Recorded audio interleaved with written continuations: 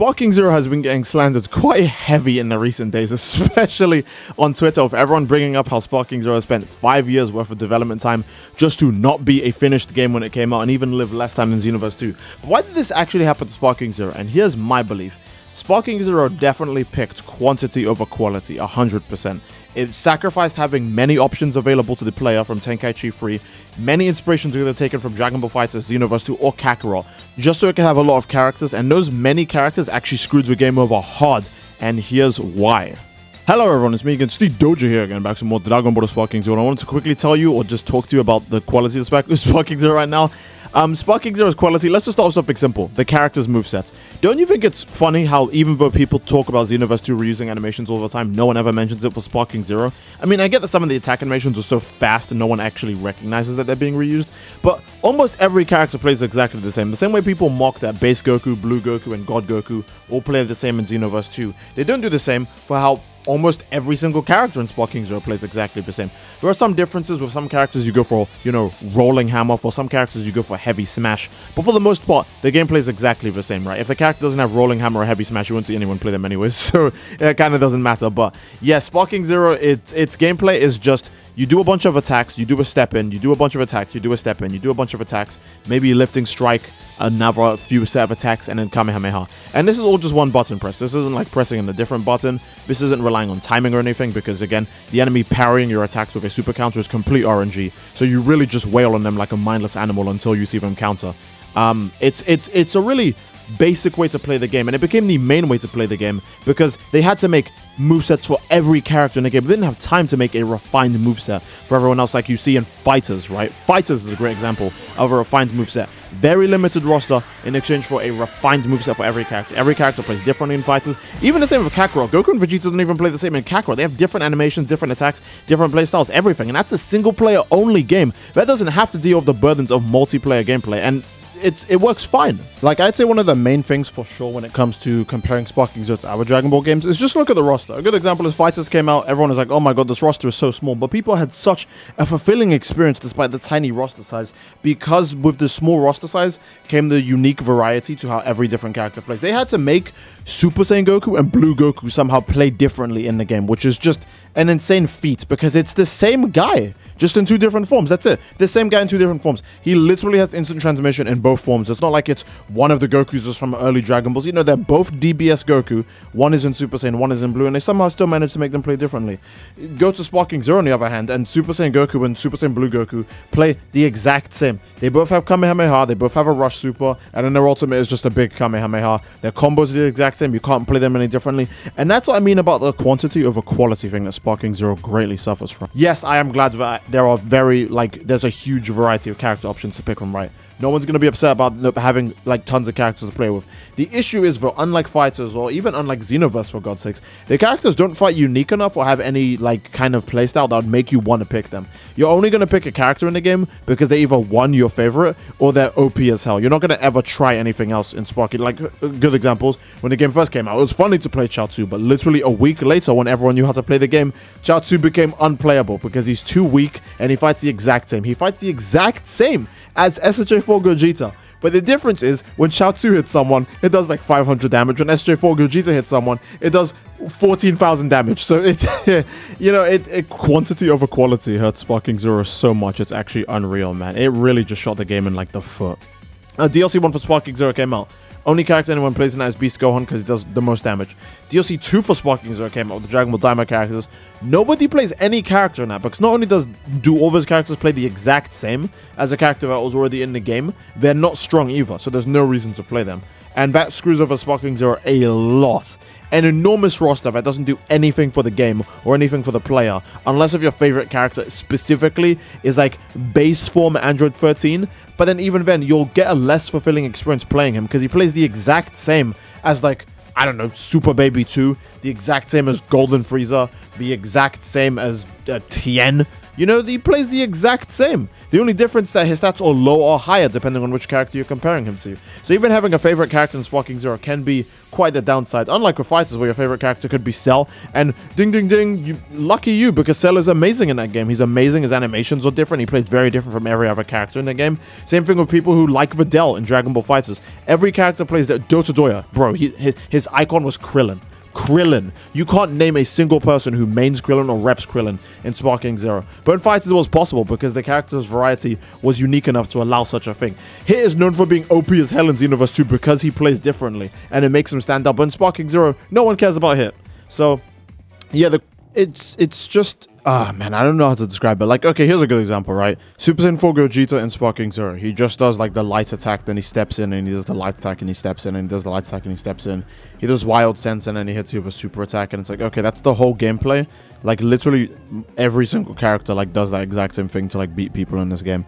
Compared to Super Saiyan 4 Gogeta in, like, fighters, he's got, like, a power-up mechanic where he hits you with, like, the finger gesture, and it makes him go up stages. You know, he's got, like, the party, like, fake Kamehameha as a part of his moveset. He's got all of these other moves. He's got the Big Bang Kamehameha, and it gets stronger and stronger and stronger until it becomes a one-shot at 7 stacks. You know, he's got all these interesting mechanics. Cooler as well in Sparking Zero is like, okay, well, you know, he's cool. He's cooler, obviously. He's going to be cool.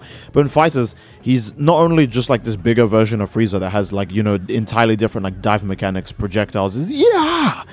Right? One of his coolest features by far is the fact that his ultimate is just a straight up counter, and it's a counter of such absurd degree that it even counters Gogeta's one-shot Big Bang Kamehameha, where if he gets hit by the Big Bang Kamehameha instead of dying in one hit, he just warps through the thing and just grabs Gogeta, which is just, you know, so cool. Again, it's not just fighters. Xenoverse 2 also does really cool stuff when it comes to either counters or special mechanics. Like Special Mechanic Beast in Sparking Zero, for example, is Gohan like does a punch that knocks you away, then he does Special Beam Cannon. It's like, okay, he can't even beam clash with it, you know, because of the nature of the move.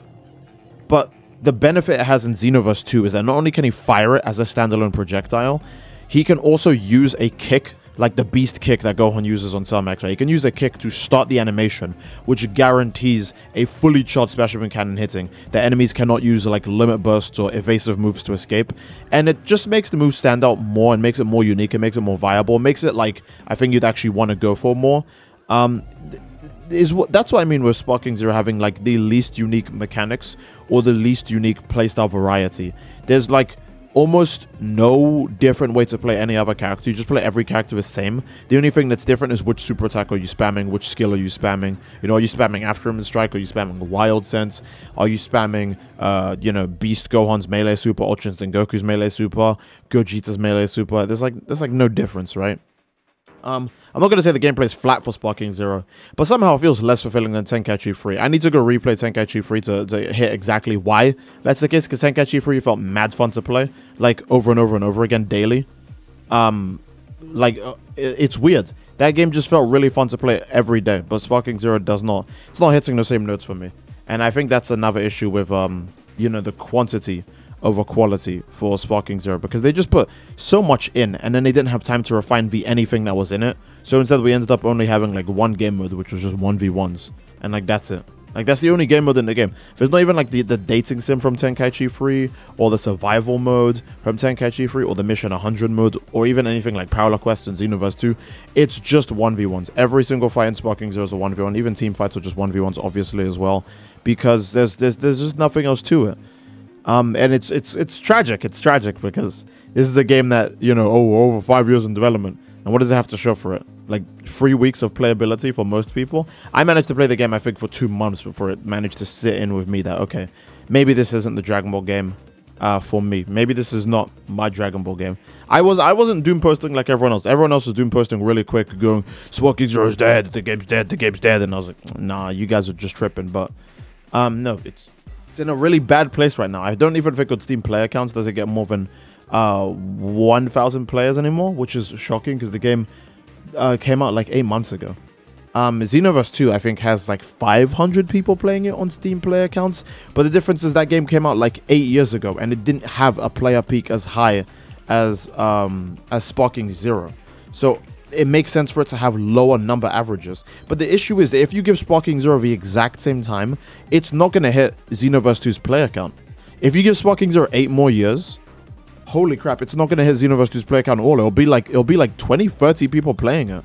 One can hope in a future game update maybe, or a future game development patch, anything, that they go, hey, we're going to, you know, try and put more life into these characters. We're going to make them a bit more different. We're not going to just try and have the DP system carry everything. We're going to actually like do a bit more with the characters. Because again, if fighters and even Xenoverse 2 can make base Goku and Blue Goku play differently, or Super Saiyan Goku and Blue Goku play differently, and then, you know, Sparking Zero can't, that's actually shocking. Like, Xenoverse 2, the game that is, like, known for reusing animations the most, shouldn't have a more varied and unique playstyle of Gokus compared to Sparking Zero. I think that's very, very upsetting, right? Like, that's not cool, man. That's not cool. Sparking Zero's in development for 5 years. Xenoverse 2 was in development for 1.5 years. But one of the games has substantially more content than the other. Like, literally, how did that happen? They just spent 5 years just like copy and pasting like animations across characters, and just copy and pasting super attacks across characters, and doing like the graphics. Because let's be real, doesn't matter what you think about Sparking Zero, the game looks like gorgeous. It looks really, really cool.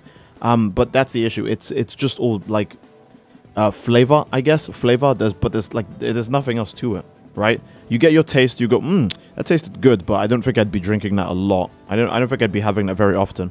That's what Sparking Zero feels like, because you know, you enjoy yourself with it for a bit and you go, okay, I don't really want to play this anymore. You get a lot of people who booted up Sparking Zero and then they haven't played it since October, right? Keep in mind, reminder, this game had 3 million sales day one, but the player count doesn't reflect that when the DLCs come out. Despite the fact that there are over 3 million people who own the DLC, they didn't get back on the game just for the DLC, and that's shocking. The game was so unsatisfying, they didn't even boot it up again to try out Beast Gohan.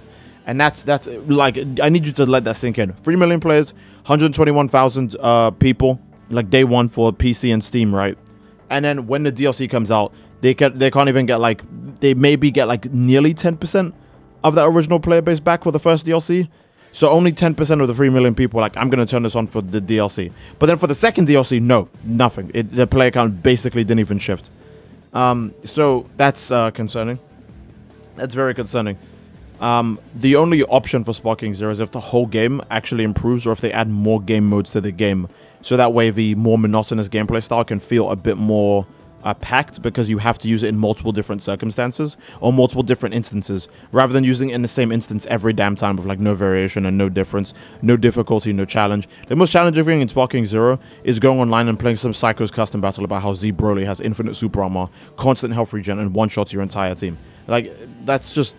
And then even then, how fun is that? That's just nauseating. So, yeah, I think this is probably a good place to end the video, guys. Again, if you guys have any suggestions or ideas that you would do for Sparking Zero to make it have more quality, then please let me know, because I don't want to do the idea of just replacing or getting rid of a bunch of characters.